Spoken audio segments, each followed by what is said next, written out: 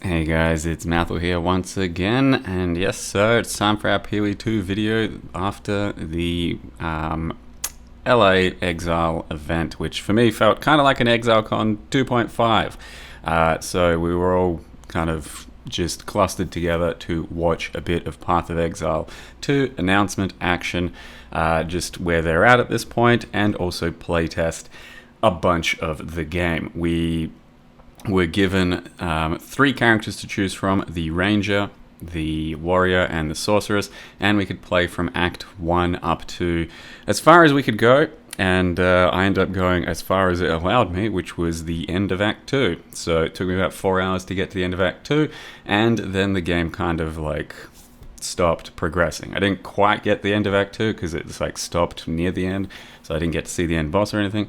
But I got as far as I could, and that was after picking the Ranger. I specifically wanted to pick Ranger because it's a thing we haven't really got to fuck around with at all, and the main draw is to really try and test the WASD system, which by all accounts is supposed to be kind of better for ranged and bow users and shit like that. So that's why I wanted to test that. That's what I wanted to do, and that is what I did. And yeah, there's going to be a lot to talk about in that regard. So the footage we're going to have here for this video is just going to be kind of the media press kit footage that they've given, which is official footage that's already pre-approved. It's not my gameplay. For my own gameplay, we did get to record all of what we played, so like got 3.5 hours or so of footage. Once I make a video with that, I'll have to send it over and they'll make sure that everything is okay with that, and then I'll be able to release my own footage as well. But it doesn't really take away from what I can talk about, what I will talk about with Path of Exile 2, my experiences, and kind of what happened, how I felt, and what you guys might not know, or what you could take away from our PoE 2 experiences. I'll do it with this footage, no big deal, and it will still absolutely give you the impact that you're looking for, I'd say. All the same. Plus, basically, we'll start with the Ranger footage that they've got about 15 minutes of, and it looks similar enough to my gameplay, and it gives you a feel for it all the same. So, I won't stall you guys out any longer. I'll throw out some fucking opinions and stuff. Am I excited for PoE 2 and the future of, thanks to having this event, this experience? I am. It was pretty good. I was kind of very doubtful, or not at all sure about WASD. I thought maybe I'll probably just be one of those guys that says, fuck it, I'll play with the mouse anyway, because that's what I'm used to. But you had the choice of swapping on and off WASD into mouse whenever you wanted, but the idea was to try out the WASD because, as they said, pretty much everyone ends up playing with it, starts preferring it, and I was no different at all. It takes a teeny bit to get used to it, maybe just, I don't know, like a couple of maps, couple of zones, levels, something like that. And then once you're used to it, it's really hard to go back. Like, this game honestly just ended up feeling like it was designed for that type of a combat, that type of a play style. So basically what you're doing is running around with your WASD. You hold W, you're kind of moving towards wherever your mouse is going to be pointing. So you can still stand there and directionally move your mouse around. Your character is going to follow that exact mouse pointer movement, but you're using the WASD as like kind of up, down, strafe, that sort of thing, and it feels pretty fluid and intuitive. It lets you start moving backwards, it lets you start strafing around while still doing your ranger attacks and shit, and trying it afterwards with a mouse, I'm just like, this doesn't fucking work. Mouse just feels wrong. So yeah, it almost entirely immediately made me a converter and a believer of the system, though I didn't try it out on anything other than a ranger. So there is that. But yeah, there's the WSD combined with the dash or the dodge roll. It created some more intense gameplay, some more meaningful actions. Like, you're definitely dodging things, you're definitely feeling what you're doing and all that. And yeah, the ranger felt pretty good. To start with, you get like a lightning based setup, or like a poison based, or kind of poison damage kind of based setup. When you're picking your gems, you have more or less 2 sort of schools of damage and stuff to choose from, and I went almost entirely lightning in mine. So you see the playthrough when I post.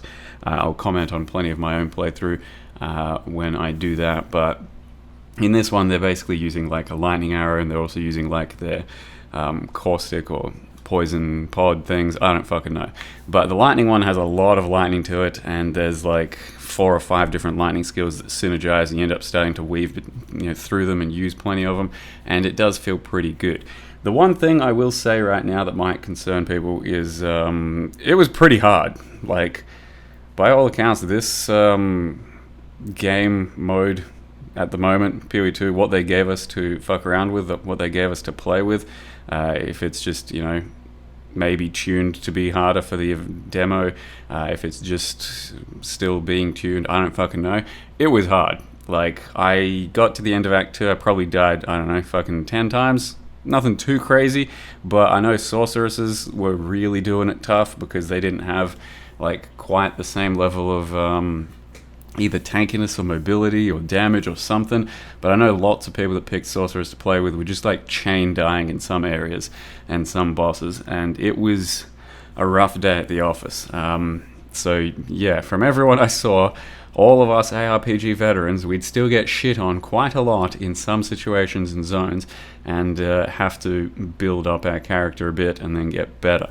So my character did struggle for some portions of the game, but honestly, it still kind of felt like Path of Exile in the way that once you get some gear, once you get some of those right skill levels, once some things particularly click, you're back to kind of just destroying a zone.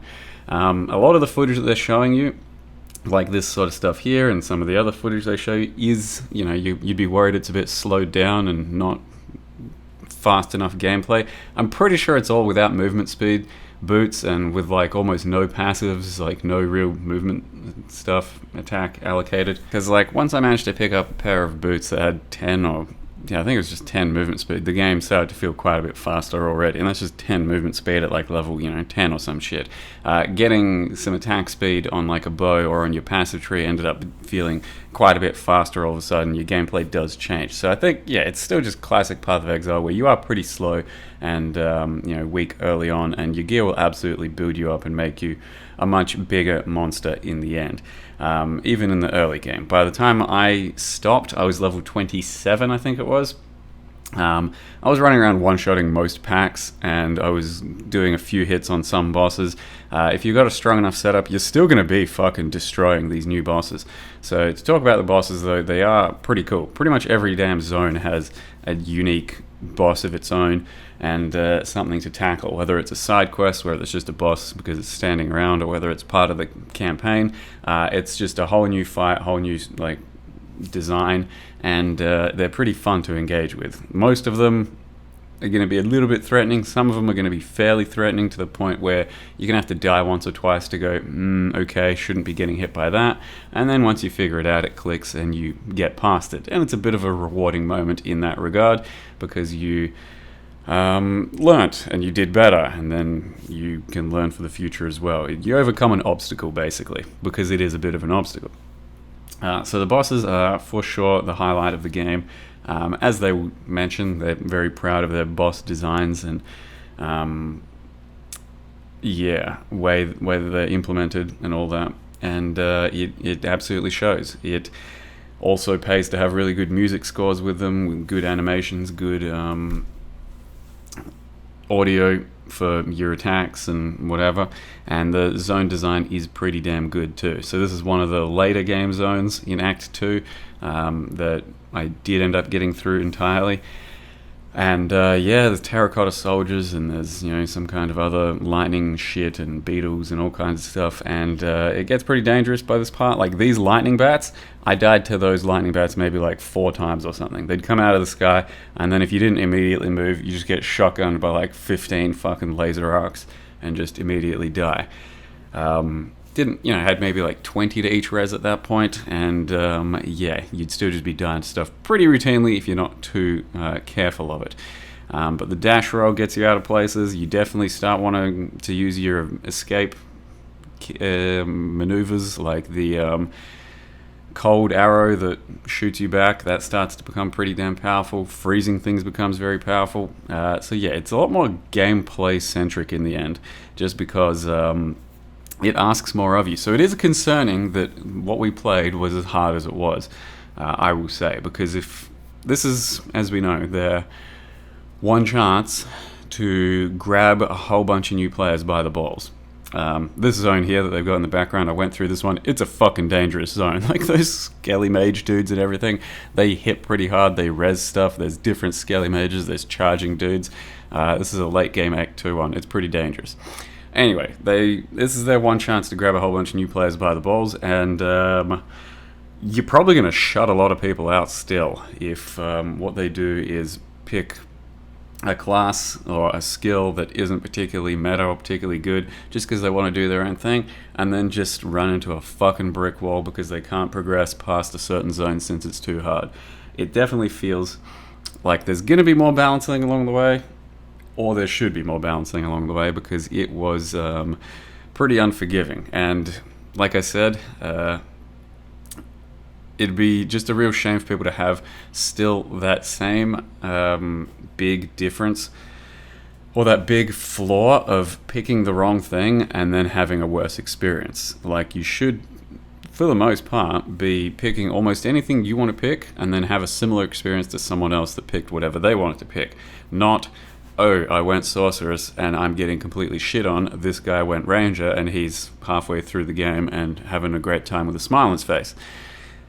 Or I went Sorceress and I picked a fire skill and I'm getting shit on while my friend picked cold skills and they're just chilling, and they're having a good time and just cruising through.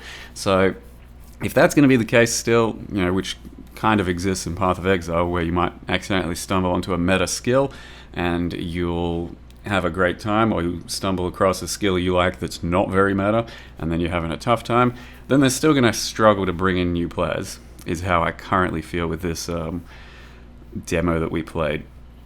But yeah, there's still a long way to go. There's still lots to balance and test and all that. I'm hopeful for what I've seen so far. It was a lot of fun. Regardless of how hard it is, and it's pretty much what they're looking for, even if it's hard, did you have fun? Because they do believe in hard equals fun, and the slower play style and more meaningful choices and stuff can equal fun. I did. I was very nauseous for the entire day because jet lag and travel sickness, I get stuff like that.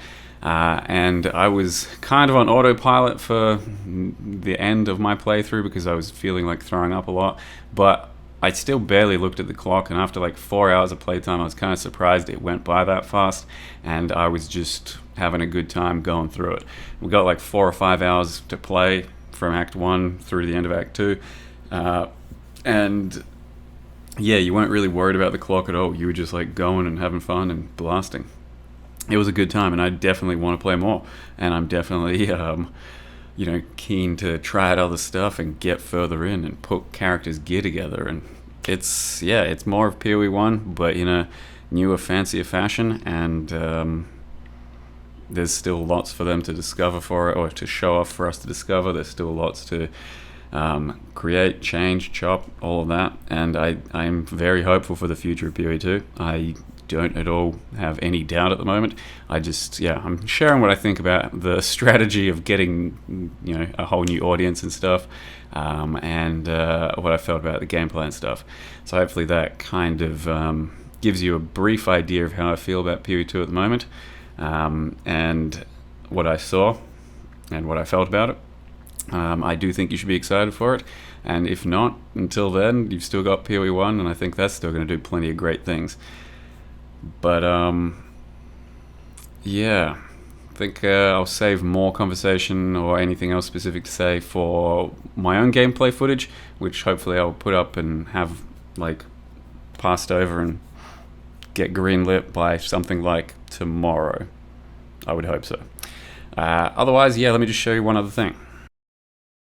So I did do this whole trip thing all the way over to LA, and they also gave just some kind of gift box things, which is just some merch essentially, but PoE 2 style merch. I wanted to share with you what's in there, what that looks like. But yeah, essentially, I'm still kind of wrecked. There you go, embark on new darkness or something. One of the pictures. The pictures I showed earlier during the just intro are kind of concept arts and arts for the classes and their potential ascendancies. Let's just say that, something like that. We have t-shirt that on the back has, I guess, the main sort of dude, PoE 2 potentially. And then the front is just a nice little Path of Exile 2 logo. We got a tumbler, so you know, portable cup, coffee sort of thing. Path of Exile 2 action. Got a Dominus pin. Okay, I'm going to stick on my bouldering chalk bag. And we've got a mouse table pad thing. This one's pretty sick.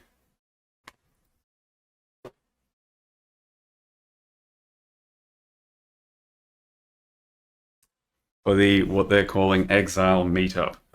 I do already have a PoE like table pad from Exilecon, so I don't know how I'm supposed to use that and this at the same time, but maybe we'll figure it out. So this is the one I've already got, right?